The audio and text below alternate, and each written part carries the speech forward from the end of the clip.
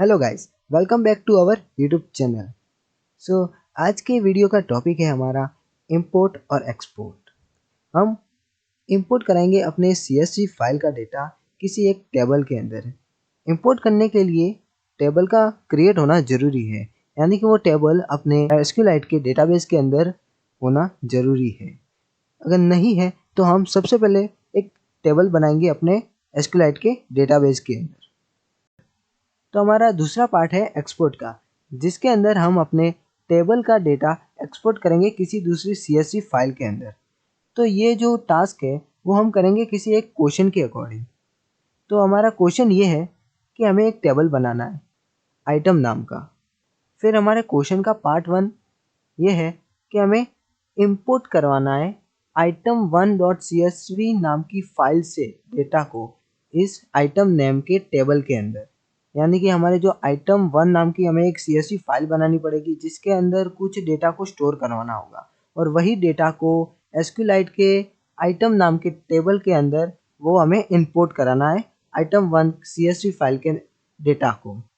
और क्वेश्चन का पार्ट 2 ये कहता है कि हम जो टेबल के अंदर डेटा स्टोर करवाएंगे और उसके अंदर कुछ और ऐड करवा देंगे हम डेटा, फिर उस सारे डेटा को आइटम 2 नाम की CSV फाइल बनानी है और उसके अंदर उस डेटा को एक्सपोर्ट करवाना है। तो चलते हैं हम अपने SQLite के स्क्रीन के ऊपर। SQLite के अंदर आने के बाद हमारा सबसे पहला टास्क होता है एक डेटाबेस को क्रिएट करना, या फिर जो हमारा ओल्ड डेटाबेस है उसे ओपन करना। तो हम .open dhp.db करके अपने डेटाबेस को ओपन करेंगे। फिर हमें एक टेबल बनाना है आइटम नाम का, तो हम टेबल को क्रिएट करेंगे।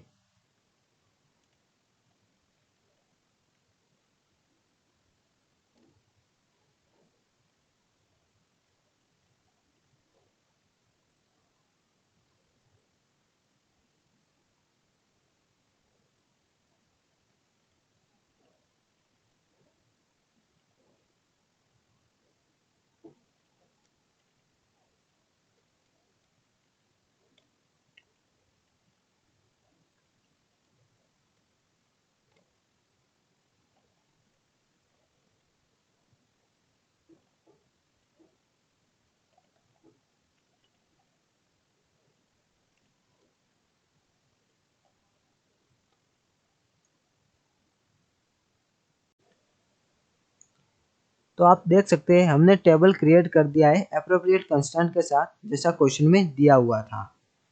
तो अभी आपको चेक करना है कि ये टेबल हमारा क्रिएट हुआ है अपने डेटाबेस के अंदर या नहीं। तो हम एक डॉट टेबल नाम के कमांड को रन कराएंगे, जिससे हमें यह पता चलेगा कि हमारे इस DHP डॉट डेटाबेस के अंदर जितने भी टेबल है वो यहाँ पे आपको शो हो जाएंगे। तो हमारा आइटम नाम का टेबल भी आ चुका है। तो अभी हमने टेबल क्रिएट कर दिया है। तो हमारा पहला टास्क था import item 1.csv file data into item table. तो हमें आइटम 1.csv नाम की एक फाइल बनानी पड़ेगी।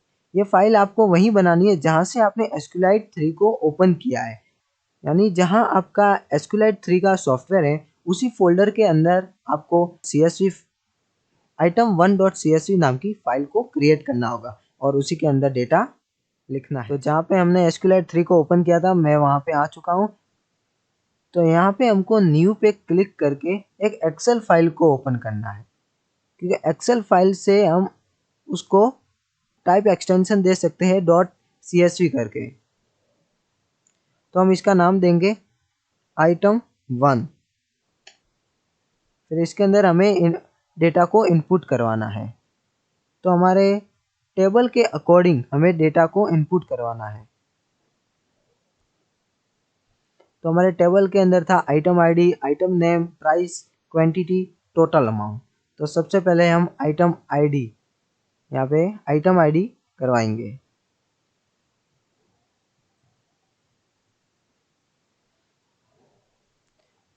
तो सबसे पहले हम आइटम आईडी को एंटर करवाएंगे, फिर आइटम नेम।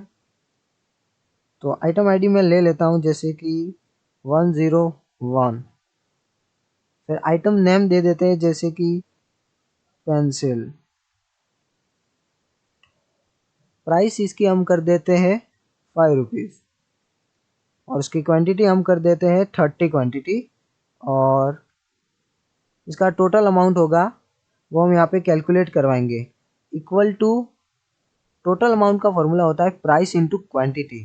तो हम अपने C1 तो हम अपनी प्राइस को और क्वांटिटी को मल्टीप्लाई करवाएंगे और जो भी हमें आंसर मिलेगा वो हमारे टोटल अमाउंट नाम के कॉलम के अंदर स्टोर होगा।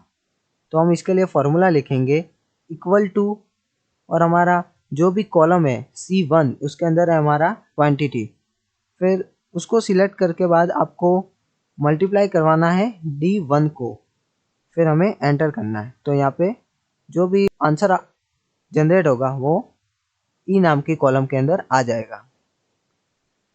तो हमने एक रो को तो इंसर्ट करवा दिया है। तो हम इसी तरीके से अपनी जितनी भी 4-5 रो है वो हम इंसर्ट करवाएंगे।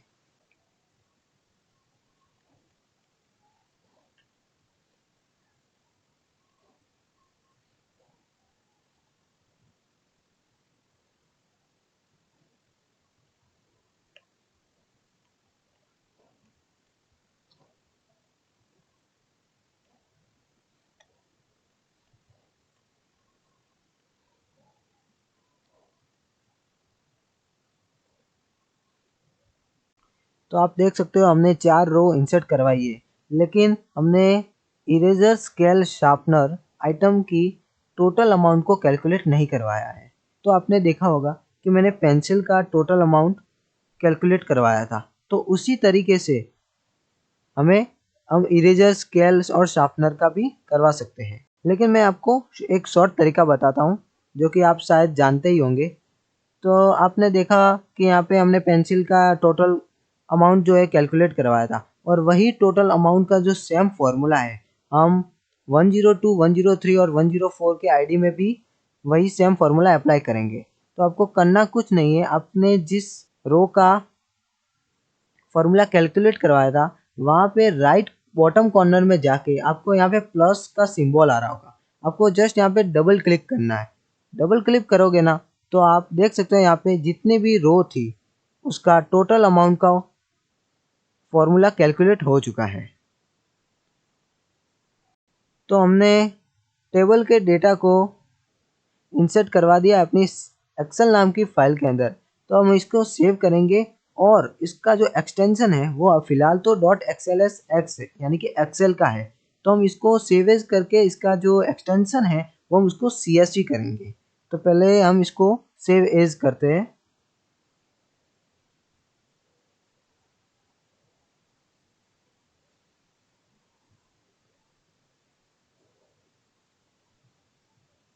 तो इसका जो यहाँ पे देख सकते हो सेव एज टाइप के अंदर एक्सेल वर्कबुक दिया हुआ है, तो हमें यहाँ पे CSV करना है, CSV कॉमा डेलिमिटेड।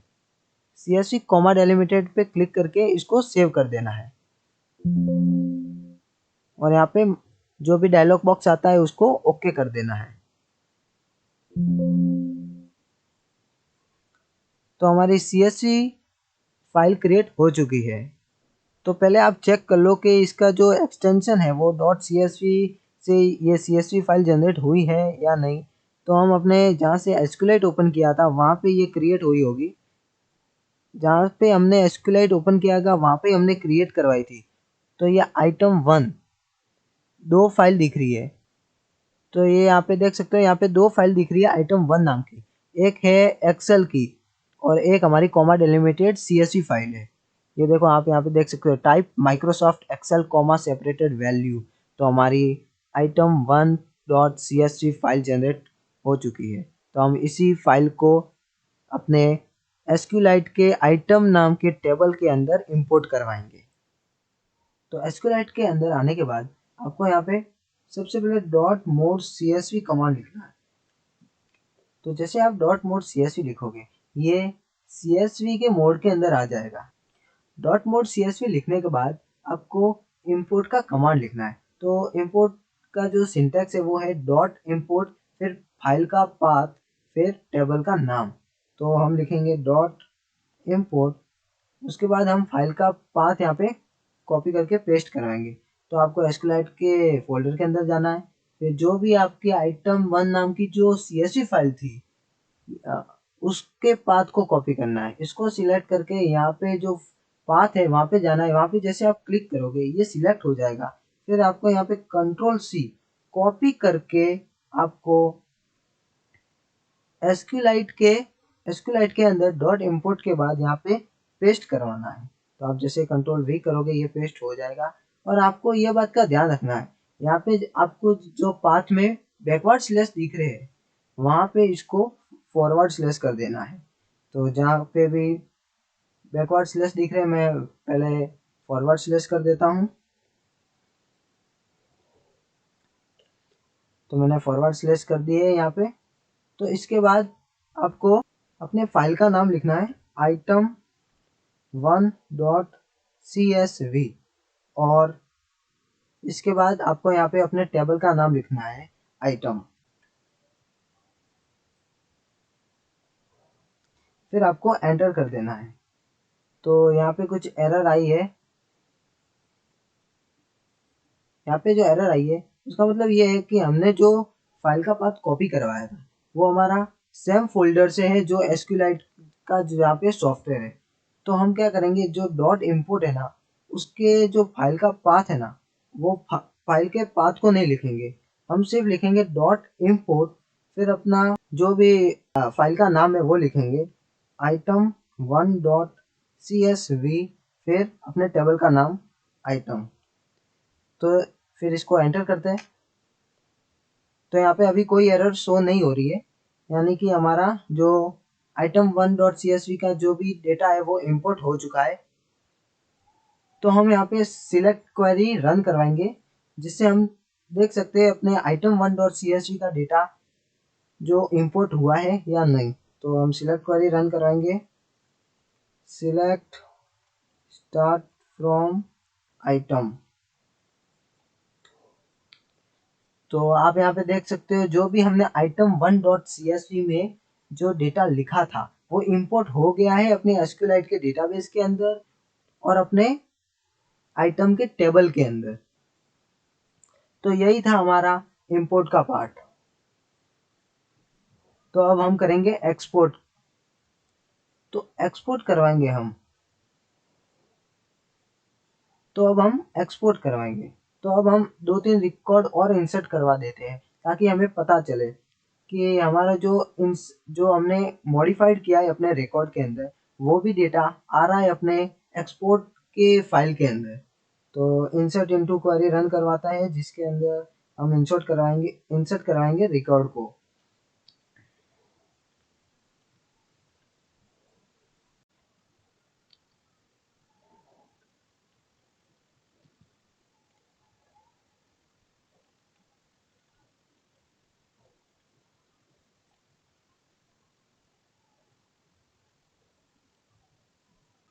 तो हमने यहाँ पे एक मिस्टेक की थी, हमने अपने CSV के अंदर 5 कॉलम बनाए थे, item ID, item name, price, quantity और टोटल अमाउंट। और जबकि हमने यहाँ पे पास करवाए ओनली 4 कॉलम। मैंने 4 कॉलम इसलिए इंसर्ट करवाए ताकि जो टोटल अमाउंट है वो हम कैलकुलेट करके ला रहे थे, लेकिन यहाँ पे हम कैलकुलेट नहीं कर सकते। तो हम एक काम करेंगे, जो टोटल अमाउंट है उसके अंदर हम अपनी कोई भी एक वैल्यू दे देते हैं। तो मैं दे देता हूँ जैसे कि 560। फिर हम देखो जैसे रिकॉर्ड इंसर्ट कराएंगे वो रिकॉर्ड इंसर्ट हो गया है। तो इसी तरह से हम 2-3 रिकॉर्ड इंसर्ट करवा देते हैं।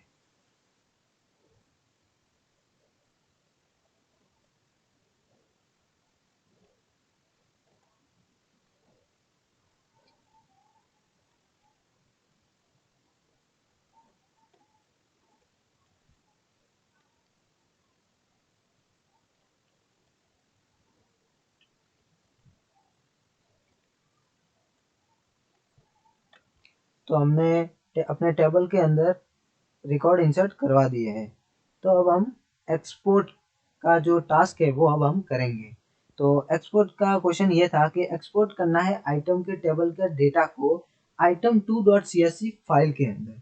तो इसके अंदर हमको item2.csv की फाइल हमको खुद बनानी नहीं है, वो जो हमारा एसक्यूलाइट का जो सॉफ्टवेयर है उसी फोल्डर के अंदर item2.csv जो फाइल है वो ऑटोमेटिकली जनरेट हो जाएगी। तो उसको जनरेट करने के लिए एक कोड है डॉट आउटपुट नाम का। तो डॉट आउटपुट करके जो हम फाइल का नाम लिखेंगे वो फाइल जनरेट हो जाती है। तो उस फाइल के अंदर जो डेटा है वो एक्सपोर्ट भी हो जाता है और वो फाइल जनरेट हो जाती है। तो सबसे पहले हम डॉट मोड CSV करते हैं। Dot mode CSV dot mode CSV करने के बाद हमें ये item ID, item name, price, quantity, total amount, ये जो कॉलम नेम है, अगर हमें ये भी स्पेसिफाई कराना है अपने डेटा के अंदर, तो अब हम एक कोड लिखेंगे डॉट हेडर ऑन। तो जिससे जो हेडिंग है कॉलम की वो भी आ जाएगी अपने जो item2.csv नाम की फाइल है उसके अंदर। अगर हम नहीं करवाना चाहते उसे इंक्लूड, तो हम वो डॉट हेडर ऑन को नहीं लिखेंगे। तो मैं इंक्लूड करवाना चाहता हूँ कॉलम के हेडिंग को, तो मैं लिखता हूँ डॉट हेडर ऑन। तो अब हम डॉट आउटपुट नाम का जो कमांड है वो रन करवाएंगे। डॉट आउटपुट में जो फाइल क्रिएट करवानी हो वो डॉट आउटपुट के बाद जो भी हम फाइल का नाम और उसका डेटा इसका टाइप एक्सटेंशन लिखते हैं तो वो फाइल क्रिएट हो जाती है। तो हम लिखेंगे डॉट आउटपुट item2.csv तो हमारी जो item2.csv नाम की जो फाइल होगी वो क्रिएट हो गई होगी, लेकिन उसके अंदर डेटा नहीं आया होगा। तो जो डेटा हमें उसके अंदर लाना है, तो उसके अंदर हम जो अपनी जो सिलेक्ट क्वेरी है वो उसको रन करवा देंगे। Select start from item. तो अब हम देखेंगे अपने जो टेबल का डेटा जो है वो एक्सपोर्ट हुआ है item2.csv फाइल के अंदर या नहीं। तो हम जाते हैं अपने SQLite के फोल्डर के अंदर, डॉट एग्जिट कर देता हूँ इसे। तो item2 यहाँ पे देख सकते हो आप, यहाँ पे क्रिएट हो गई है। तो जो हमारे item2.csv की जो फाइल है उसके अंदर हमारा जो आइटम टेबल का जो डेटा है वो यहाँ पे एक्सपोर्ट हो गया है। और जो हमने एडर ऑन करवाया था कॉलम के हेडिंग के लिए, और आप देख सकते हो यहाँ पे item ID, item name, price, quantity, total amount, जो भी हेडिंग है वो भी यहाँ पे शो हो गई है। तो आज का जो टॉपिक था वो यहाँ पे कंप्लीट होता है हमारा इंपोर्ट और एक्सपोर्ट का। तो मैं आप लोगों से एक रिक्वेस्ट करता हूँ कि हमारा जो वीडियो है इंपोर्ट एक्सपोर्ट का उसे लाइक कीजिए, अपने जो फ्रेंड्स हैं उनको शेयर कीजिए और हमारे चैनल को सब्सक्राइब कीजिए। तो मिलते हैं एक नए टॉपिक के साथ एक नए वीडियो में। तब तक के लिए जय हिंद, जय भारत।